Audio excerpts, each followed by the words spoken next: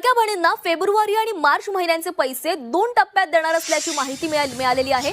महिला आणि बालविकास मंत्री अदिती तटकरे यांनी या संदर्भातील माहिती ट्विटवरून दिली आहे। थेट जाऊया, अदिती तटकरे बोलतायत। लवकरच लाडक्या बहिणीचा हप्ता हा लाडक्या बहिणींच्या थेट खात्यामध्ये वितरित केला जाईल।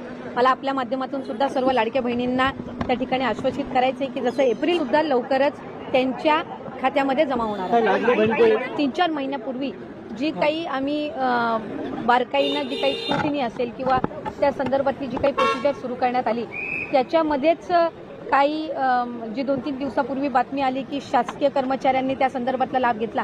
खरं तर जानेवारी महिन्यामध्ये जी काही स्क्रुटिनी झाली त्याच्यामध्येच ते लक्षात आलेलं होतं आणि त्यानंतर त्यांना जी काही 2000 का 2500 सुमारे जे काही लाभार्थी शासकीय कर्मचारी म्हणून होते, 2 लाख कर्मचाऱ्यांचा डेटा आम्हाला प्राप्त झालेला होता।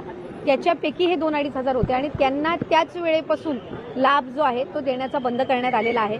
त्याच्यामुळे अशा पद्धतीनं एखादी जर स्कीम असेल तर त्याच्यामध्ये स्क्रुटिनी आणि त्याचबरोबर त्याच्यामध्ये जे काही